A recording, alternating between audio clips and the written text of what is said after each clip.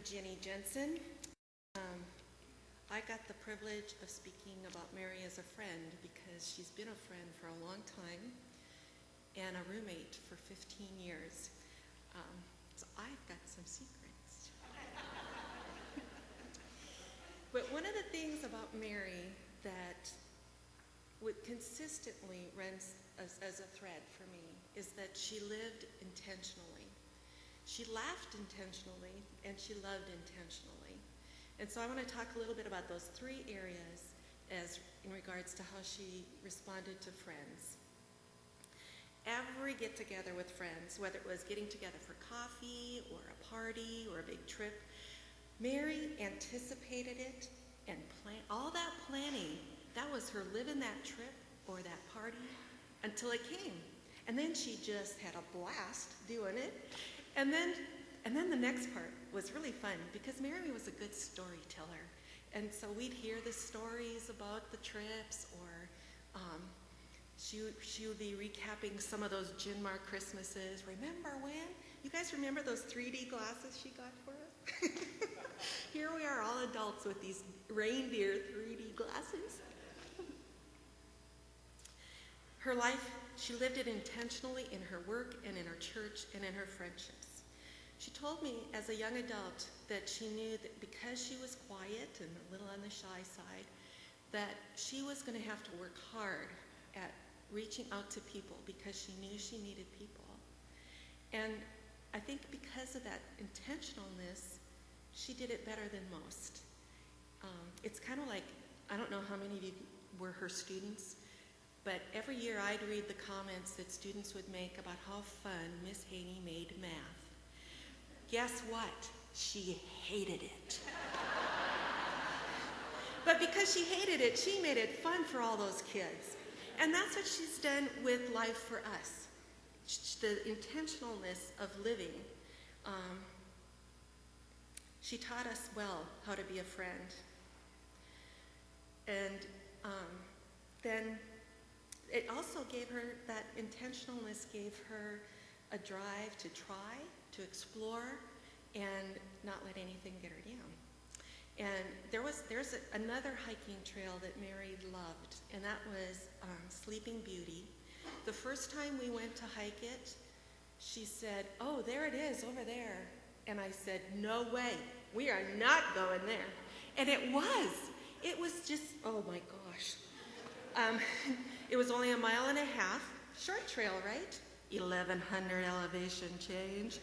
I was dying. I got to the top and I said, "Oh, I'm so glad you kept going because I would have quit." She said, "What do you mean? I kept going because you did."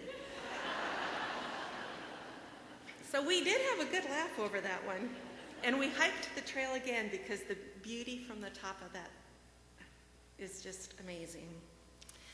Now, Carolyn's going to talk about Mary and laughter, so I won't spend very much time on that, but you couldn't have been a friend of Mary's without laughing. And I must confess that as roommates, we were like worse than little girls. And many times there would be that laugh until you couldn't hold, you were just hurting all over. And at that point, it was a race to the bathroom. And she taught me many things, and one of the things was about laughter. And the best illustration I can give you of this is when we had just moved into Ginmar Cottage, and we had a whole yard that had to be put together, and we had been rototilling all weekend. Blisters, we were so tired, but there was just one little section left. And so Mary went to the back to do that while I was working out front, and pretty soon I heard, "Ginny!" And I came around the corner, and Mary was suspended between the tiller and the house. I said, "Are you okay?" "Yeah." And then I laughed. I couldn't stand it anymore. So she let me laugh right away. Now I got her out of there. It is amazing that she didn't do more than cut the screen. So that was the first dent in our new house. When I did the first dent, I had to do it much better. I hit the bike rack with my car, but when I was backing out of the garage, it hit the shelves, which knocked off paint, which knocked off dirt, which knocked a hole in the wall. Now, I couldn't laugh like Mary could laugh. I got mad at me. Oh, I was furious. And she opened the door, looked, and shut the door. And I thought, well, that's kind of funny. She had to laugh when I couldn't see her. So when she'd gotten her laugh under control, then she came out and helped me. But she knew me so well. She knew, and that was a gift to me, that she hid her laughter until I was ready to do it. And of course, Mary loved her friends. She showed that love in so many practical ways. The phone calls, the prayer times, the let's just play. To me, one of the most effective ways that she loved us was that when you were with her, she was focused on you. She wasn't just concerned about you, she was concerned about your families, what was happening in your life at that time. And she didn't ask just to be nice, because when you saw her the next time, she checked up on it, didn't she? She really focused on whomever she was with.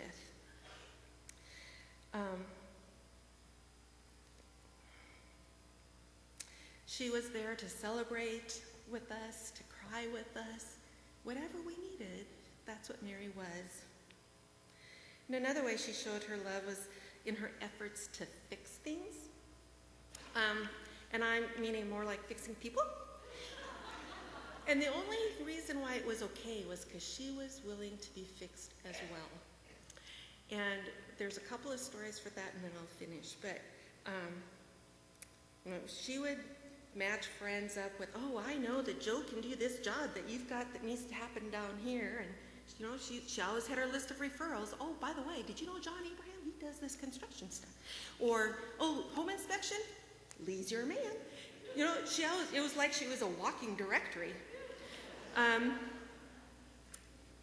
But there was other fixes too, because her primary goal for us was to be more like Christ, and for herself as well. So one of the things is that she chose to work on was, I was very thankful because it was a very difficult piece in our relationship as roommates, and that's what's better known as the Heaney voice. Now, it kind of sounds like a teacher voice. It's really hard to describe. And the family you know what I'm talking about, don't you? Yeah. But there was something about that voice that sent me crazy. And I always thought she was mad at me. And no, what are you mad about? And I said, well, you already decided. No, we were just talking about it. And I thought, that doesn't sound like just talking to me. But when we finally figured out what was happening, we set up a number system. How important is this to you? How seriously have you made your decision yet? Are you a 10 on that decision? And I would usually think she was about a 12, and she'd say a 5. But she said, Ginny, I want you to help me with this because I don't want to be misunderstood. She wanted to be fixed. And one of the ways that she wanted to fix me was, and she did some major work on me while we were roommates. But in one area, I frustrated the heck out of her. I have a hard time with my schedule. I'm always too busy. At least from her perspective, I was always too busy. And not even after we had moved apart, she was over at my house one day, and we were visiting, and she got that little glint in her eye that you knew something was coming. Remember that glint? And she plopped down in the chair and she said, I've had enough. I quit. I am not going to try to fix you anymore. And then we laughed and, kind of joked around, and then she said, oh, and by the way, did you think about trying this? And another thing that she did just a few weeks ago, we were talking about a mutual friend and a situation where someone was having a hard time seeing God's grace to them. And she was so moved at the thought that God had given her that grace that she sat and wept for the wonder of God's grace to her and the desire for those friends to see and feel and know God's grace as well. To honor her, we must live, we must laugh, and we must love.